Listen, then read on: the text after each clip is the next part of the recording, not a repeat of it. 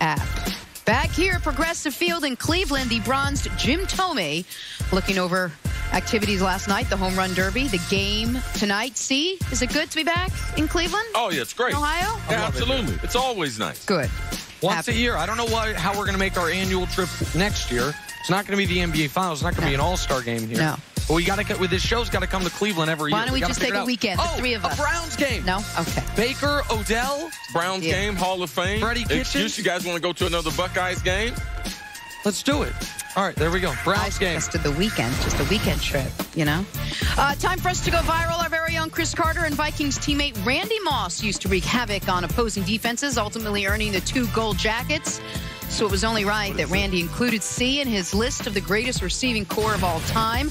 Moss tweeted that Terrell Owens, Tony Gonzalez, himself, and CC made up his all-time team. C, you tweeted back, let's get it. I got to make one adjustment, though, right? Well, no, you don't have to, but go ahead. You're choosing You wouldn't to. be yourself. We got to remove T.O. and put in Jerry. Well, it's Randy's list. I know, and now I'm giving my list. I was then going to ask you your list. I agree with the tight end. I agree with Randy. I agree with you. I would just simply swap out T.O. and put in Jerry Rice. Then you have, my list is obviously superior to Randy's list. I don't know if you can trump my list, but that's the list.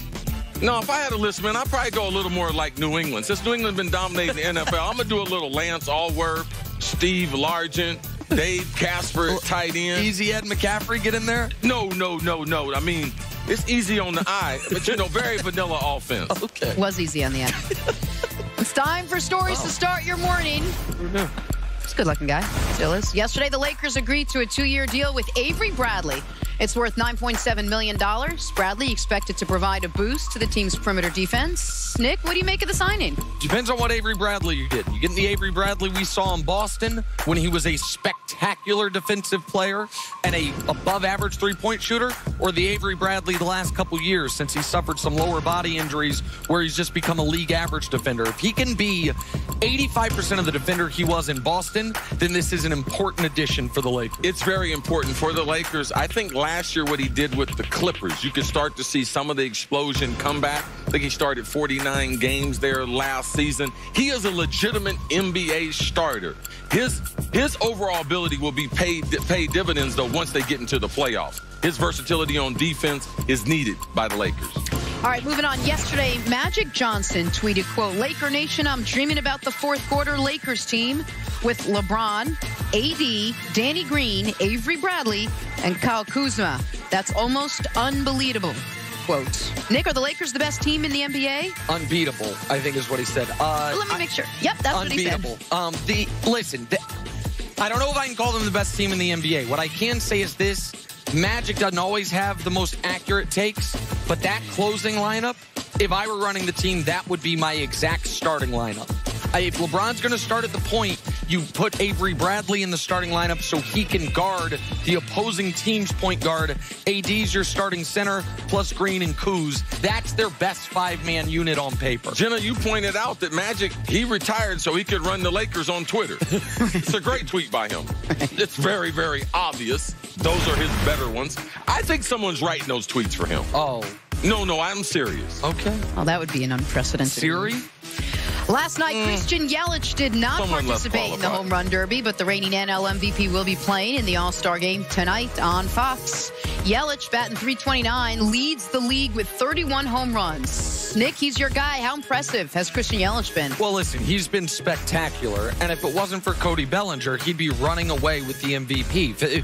For him to be outdoing what he did last year and winning the MVP, it's remarkable. I don't think anyone saw him duplicating last season. He's actually having a better season this year. The only reason he's not the runaway favorite for MVP at the break is because of Bellinger and the Dodgers. And also you have to watch injuries. Watch his back. Watch and see if he's going to be able to stay healthy in the second half. We got a number of young players. Someone's going to get hot. And that baseball, man, they're playing with is flying out of these ballparks. So it's going to be an exciting second half of the season. All right, the Home Run Derby took place right behind us here at Progressive Field last night. Vladimir Guerrero Jr. and Jock Peterson had an epic second-round matchup with Vladdy taking the round 40-39. But it was Pete Alonso who took down Vlad in the final round for the $1 million prize. Alonso, the first Met to win the event since Darryl Strawberry back in 1986.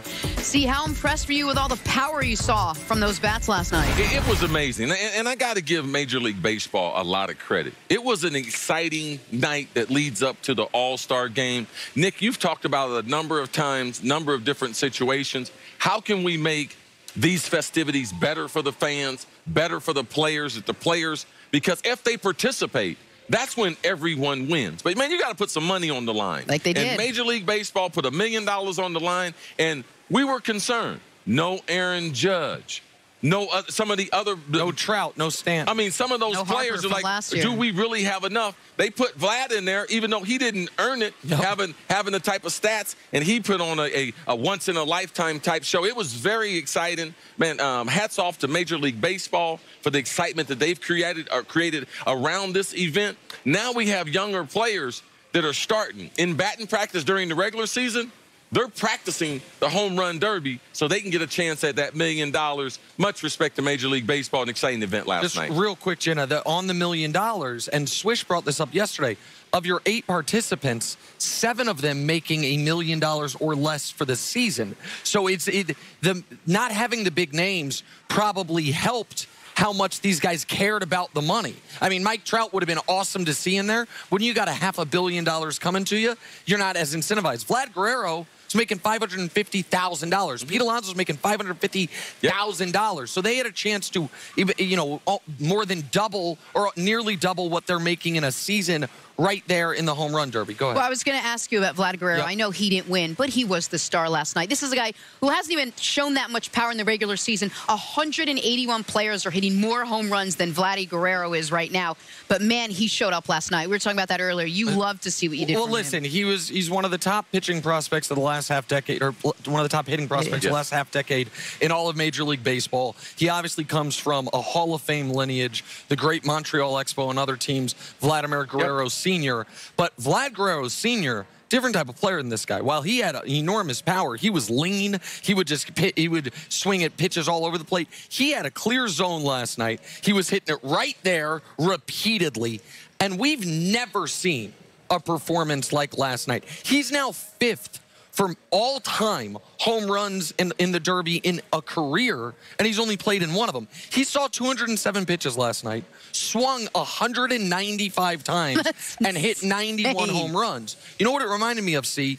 Josh Hamilton, who once hit 28 home runs on 38 swings. He didn't win that Derby either. But does anyone remember won that Derby? I don't. It was the Josh Hamilton home run Derby. This will always be the Vladimir Guerrero Jr. home run Derby. The overall endurance for him to be able to swing after swing after swing, and you're not talking about home runs just barely clearing the fence. I mean, he's hitting 400 feet, bombers. But like I said earlier, these young players, because you could see video of him in batting practice, this year, he's put on displays a lot like what we saw last night. But the overall endurance to me was phenomenal, because when you look at baseball players, you don't think of the 3 major sports that they're the best athletes. Last night, you could see some of that athleticism on display. See, of those 91 home runs, they averaged 425 feet. Average home run of the 91. Listen, we had Rob Manfred on the show yesterday. We don't have him on today. I am putting a request to the commissioner of Major League Baseball. He should get $1 million as well. I know Pete Alonso actually won it. He hit 34 more home runs than Pete Alonso did. Give him the $1 million as well. There's no salary cap in baseball. There's no violations. He deserves it. He was. I'm going to volunteer my Hall of Fame hands, and this is what I want to do. I want to be on the end of the conveyor belt. Every one of those baseballs, I just want to be able to touch them to make sure that, before I pass them off. Every one of them, I volunteer myself. I'll do it for less than $1 million. Okay. Hey, give yourself credit. Who did you pick to win the home run derby? Oh, the winner? Pete Alonso. Yeah, my staff. They got me. Who did I pick? Senior. Vladdy Guerrero Jr. Yeah. Let's get back to the NBA now. Now that Kawhi has made his decision to join the Clippers, we're getting Dusty's last name? More insight into how and what really went down. Initials. A new report says that Kawhi reached out to Kyrie Irving and Kevin Durant before recruiting Paul George. See, should KD have chosen to play with Kawhi instead of play with Kyrie? Well, this is one of the things that I thought was probably the most intriguing about Kawhi. How he was very, very aggressive Now, I knew that he was going to talk to at least one player, and it was expressed to me that he would have a conversation with Kevin Durant when the time was right. That's why when the initial list came out with both the New York teams on there, that was part of the plan, that he would be able to partner with Kevin Durant either in Brooklyn or in New York. We knew that Kevin Durant really didn't want to go to the Clippers for a number of reasons. I'm not going to say because LeBron's there or anything, but for a number of reasons, business-wise, he had set up shop there. But as far as the length that Kawhi went to, I'm going to reach out to Kyrie. I'm going to reach out to Paul George. And Kawhi is not a guy that has an extensive list in his Rolodex, in his phone, of guys that he's friendly with. Him and Danny Green, and that's about it.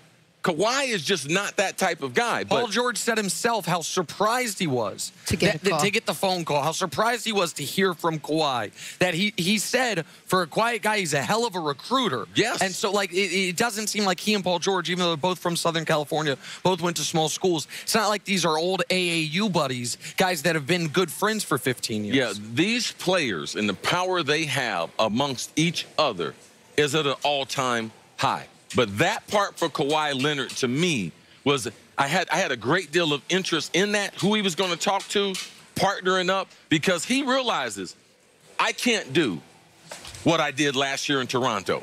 To be able to win more championships in this league, I need at least one other player. And I'm glad that he took control of the situation compared to having agents, having teams. Right now, this is a player-driven league, and we saw that in free agency with Kawhi Leonard. All right, so 2 points. One is on the process you described. I hope everyone on television, radio, newspaper, internet, who's had all this energy for crushing LeBron, for trying to recruit guys, for crushing LeBron for allegedly doing with Anthony Davis what we now know Kawhi did with Paul George. Go to a team, go to your team, demand a trade, come to my team. And LeBron trying to add best players possible. I hope you keep that same energy for Kawhi. Now, I don't have to worry about that because I don't mind the recruitment. I don't mind guys trying to add other players to their team. That's the first point. The second point is this.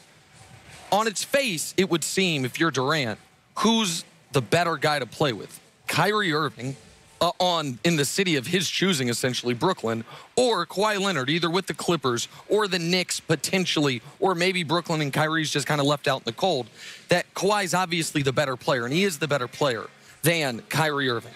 But I think Kevin Durant made the absolute unequivocal correct decision. Because if Kevin Durant, especially coming off the popped Achilles, where he's going to potentially miss this season, with Kawhi Leonard having just won a championship and a finals MVP, if he teams up with him, then he's in a similar position he was just in with Steph. Whose credit? Who's the best player? Whose team?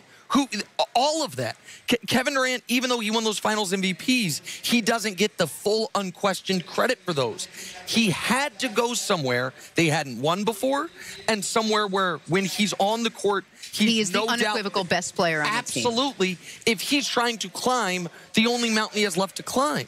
If he wasn't worried about that, he could have stayed in Golden State for the most money with the best teammates around him. So I will not criticize Kevin Durant one bit for choosing Kyrie over Kawhi because, yes, he wants to win a championship, but in a certain manner with a certain team, and I don't know if Kawhi would have been available to him. To me, Kevin Durant earned the right to be able to pick and choose where he went.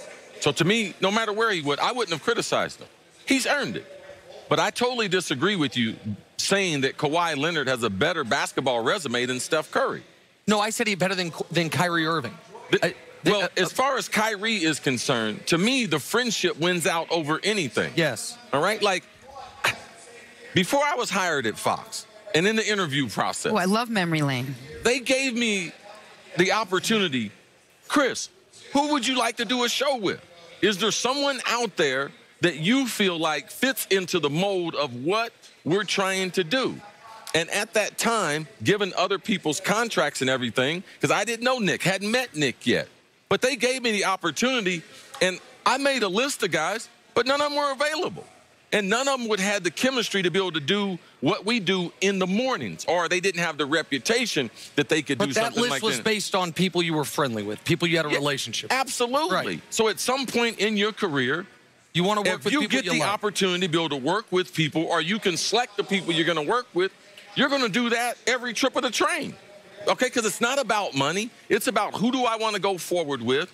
And the relationship between KD and Kyrie, to me, it just proves out to be true. Because Kevin Durant had real options. And right now, the hottest basketball player in Kawhi Leonard, the first phone call he was making as far as someone he wanted to partner with was Kevin Durant. And I totally get why Kawhi would say KD would be his first choice. But let's just, for the moment, let's just act as if the relationship KD has with Kyrie, he had the exact same one with Kawhi. Don't you agree that for Kevin Durant, when we talk about the last mountain he has to climb, is one that would be difficult for him to climb if he's doing it alongside another guy who's already won a championship the way Kawhi just won that championship? As long as he wasn't going to the guy's team. As long as he wasn't going to the team that had drafted that guy and he had built up all that collateral. Steph Curry was two-time MVP, and that was the team that he was on. So Kevin Durant could have partnered with Kawhi Leonard and still built his resume. If they went to, say, New York or Brooklyn. Absolutely, because they have the same basketball pedigree and resumes, basically. Even though if you might want to discredit Kevin Durant at Warriors 2 titles, but I'm not going to discredit him. Kawhi's got 2 titles. KD's got MVP, because that's something Kawhi does.